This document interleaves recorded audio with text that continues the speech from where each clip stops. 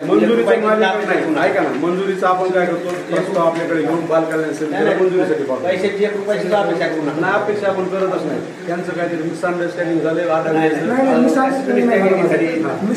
दोन मिनिट ताई, तुमचा प्रस्ताव दिला सरांनी, तुम्हाला किती पैशाची मागणी केली होती? 1,500 रुपयाची मागणी तुम्हाला केली होती सरांनी? लगेच फॉर्म भरला की लगेच 1,500 माझ्याकडे कॅश नव्हती, मी माझ्या भावाला ऑनलाईन टाकायला लावलं. ऑनलाईन टाकायला भावाला?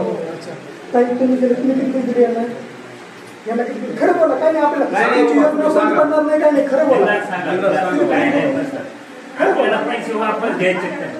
तुमच्याकडे पैसे नव्हते बरोबर आहे, पण तुम्हाला मागणी किती पैशाची केली मी? ताई खरं बोला, कारण तुमच्यासारख्या बाईला नंतर पैसे द्यावं लागणार नाही फॉर्ममध्ये. कारण ज्या बाईचा नवरा गेला, जी बाई विधवा झाली, त्या बाईला पैसे मागतो हा माणूस. तुम्हाला मागितले नाही पैसे? खरं बोला प्रामाणिकपणे. हो असेल तर हो म्हणा, नाही असेल तर नाही म्हणा. मागितले तुम्हाला पैसे? मागितले. ताई किती मागितले तुम्हाला पैसे त्यांनी? किती मागितले ताई? 1,500 रुपये मागितले, बरोबर आहे की नाही ताई? हा, तर माझी मिसअंडरस्टँडिंग झालेली नाहीये. माझी तक्रार अशी आहे की बाल संगोपन योजनेसाठी लाभार्थ्यांना योजनेचा लाभ मिळवण्यासाठी हे आदरणीय अधिकारी 1,500 रुपये 2,000 रुपये घेतात. प्रत्यक्ष तुमच्या समोर काही उदाहरण आहेत. ह्या ताई खरं बोलल्यात, काही लोक बोलत नाहीत. असे कित्येक लाभार्थी आहेत, तुम्ही लिस्ट घेऊन पहा. लाभार्थी त्यांना फोन करून विचारा, आदरणीय सर किती लाभार्थी पैसे घेतलेले आहेत म्हणून. यांच्या अंतर्गत जेवढे काही विभाग येतात, जेवढे काही गावं येतात, जेवढे काही तालुके येतात, त्या सगळ्या लाभार्थ्यांची चौकशी करण्यात यावी की त्यांच्याकडून किती किती पैसे घेतलेले आहेत म्हणून. की मी जेव्हा प्रस्ताव द्यायला इथं आलेलो होतो, आदरणीय सरांकडे आलो होतो मी प्रस्ताव द्यायला, तेव्हा माझ्या भावाचे मुलं भाऊ एक्सपायर झाले माझ्या 2015 मध्ये. ही योजना माहीत झाली आपल्याला आता, ती बी लक्ष्मणरावमुळे योजना माहीत झाली. 2 मिनिटं मी बोलतो, माझी मिस्टर म्हणत ना, मला ही योजना माहीत झाली लक्ष्मणरावमुळं. तर मी काय केलं, इथं आलो, तुमच्याकडून माहिती घेतली, डॉक्युमेंट कोणते लागतात हे घेतलं, फॉर्म आणला, सगळे डॉक्युमेंट तुम्हाला आणून दिले. 3 प्रस्ताव तुम्हाला मी आणून दिले सर. 3 प्रस्ताव आणून दिल्यानंतर सर म्हणले 2,000 रुपयाच्या हिशोबाने मला 6,000 रुपये तुम्ही जमा करा 3 प्रस्तावाचे.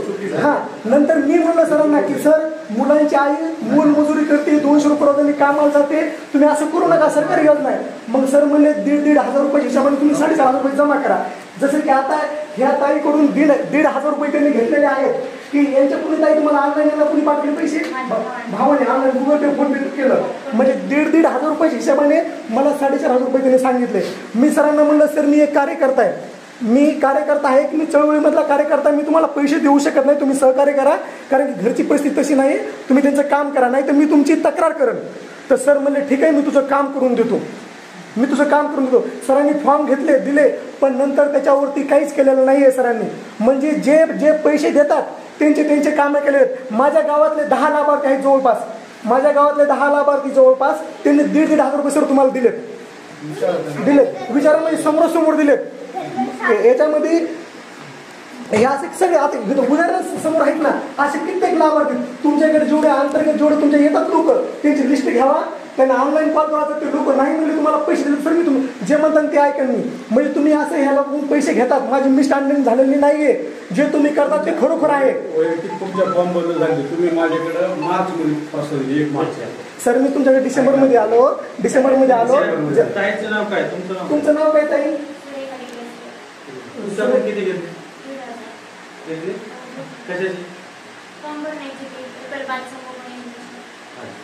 सर यांच्याकडून नाही, जेवढे ह्या ताई बोलतात खरं, ह्या ताईला पण पैसे समोर दिलेत. याच्यामध्ये हे असे सगळे आता उदाहरण समोर आहेत ना, असे कित्येक लाभार्थी तुमच्याकडे जेवढे अंतर्गत जेवढे तुमच्या येतात लोक, त्यांची लिस्ट घ्यावा, त्यांना ऑनलाईन कॉल करायचं. ते लोक नाही म्हणले तुम्हाला पैसे दिले सर, मी तुम्ही जे म्हणतात ते ऐका मी. म्हणजे तुम्ही असं ह्याला पैसे घेतात, माझी मिसअंडरस्टँडिंग झालेली नाहीये. जे तुम्ही करतात ते खरोखर आहे. वैयक्तिक तुमच्या फॉर्म बद्दल झाले, तुम्ही माझ्याकडे मार्चमध्ये 1 मार्च सर मी तुमच्याकडे डिसेंबरमध्ये आलो. ताईचं नाव काय? तुमचं नाव काय ताई? किती घेतले?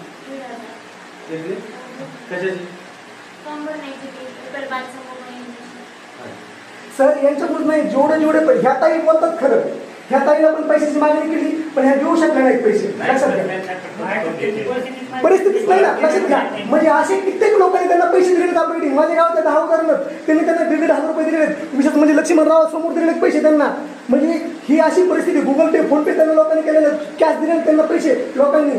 हे मला याचं दुःख आहे, मला याची खंत आहे. मी कपिल आडागडे, टाकरवरून माझं गाव आहे. मला याची खंत आहे की ज्या मुलांसाठी, ज्या मुलांचे आई वडील एक्सपायर झाले, ज्या बाईचा नवरा गेलाय, त्या बाईच्या डोक्यावर पूर्ण छत गेलंय, त्या बाईकडून हे अधिकारी पैसे घेतात. ही किती लज्जास्पद गोष्ट आहे. ही काहीतरी वाटलं पाहिजे आपल्याला. हा, शासन एवढं ह्या मुलांसाठी एवढं योजना करतंय, हे करतंय, सगळं करतंय. हा, आपण काहीतरी मरद राखली पाहिजे. आपण ह्या अशा गोष्टी इथून पुढे झाल्या नाही पाहिजे. म्हणून हे आमचे प्रयत्न. मी हे झाल्यानंतर मी गेलो, कुठे गेलो, मी इथून गेलो ह्या पंचायत समिती गट मॅडमकडे गेलो. मॅडम म्हणलं हे असे अधिकारी आहेत, असे पैसे मागतात. तर मॅडम म्हणलं ते विभाग आमच्या अंतर्गत येत नाही. म्हणून मी काय केलं, मी तहसीलदार मॅडमकडे गेलो. तहसीलदार मॅडम म्हणलं ते विभाग आमच्या अंतर्गत येत नाही. मग म्हणलं काय करावं. आणि सर म्हणले होते की वरच्या अधिकाऱ्यांना पैसे द्यावे लागतात, वरच्या अधिकाऱ्यांना जर पैसे नाही दिले तर काम होत नाही. म्हणून मला वाटलं बीडचे अधिकारी पण त्याच्यामध्ये सामील असतील. म्हणून मी काय केलं, मी उपायुक्त पुण्यामध्ये गेलो. उपायुक्त मोरे सरांना मी भेटलो. त्यांना लेखी तक्रार दिली मी की असा असा प्रकार हा आमच्या माजलगावमध्ये होतोय, तुम्ही जर लक्ष घाला.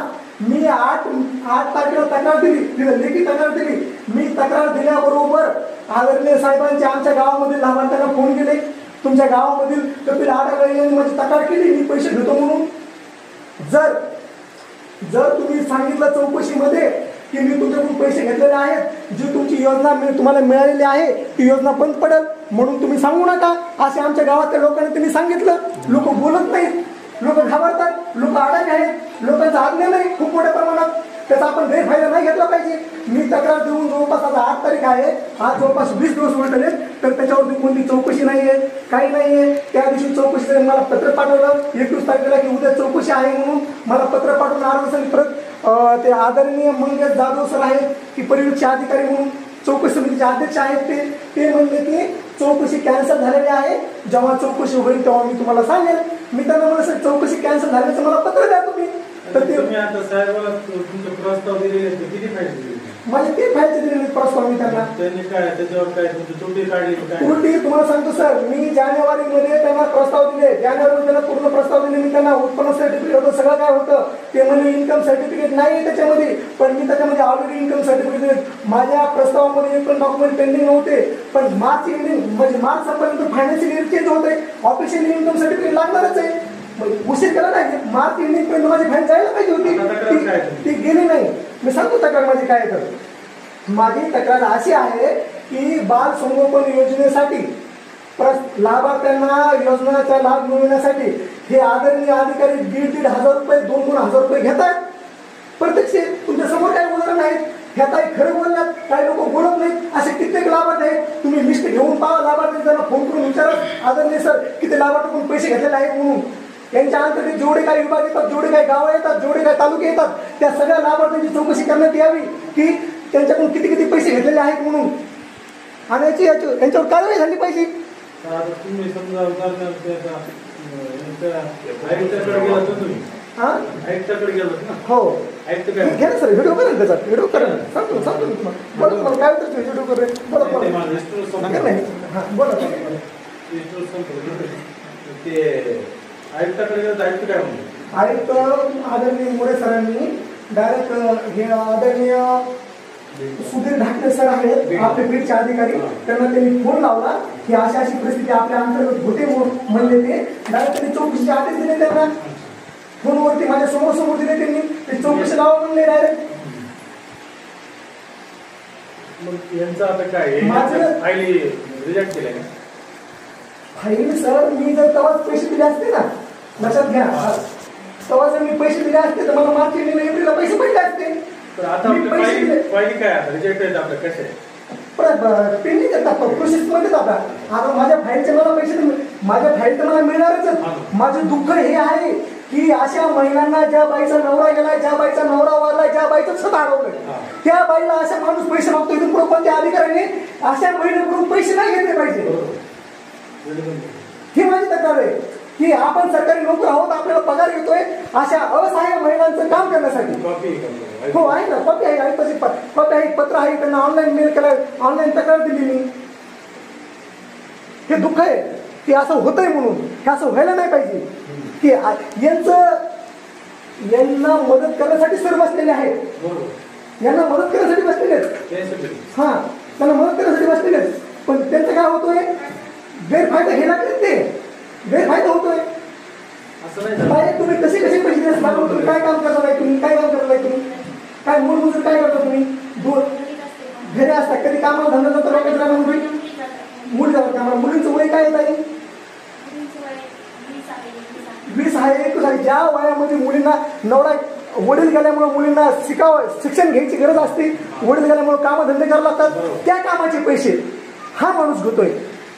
हे चुकीचं आहे का नाही, त्याच्यावर कारवाई झाली पाहिजे का नाही.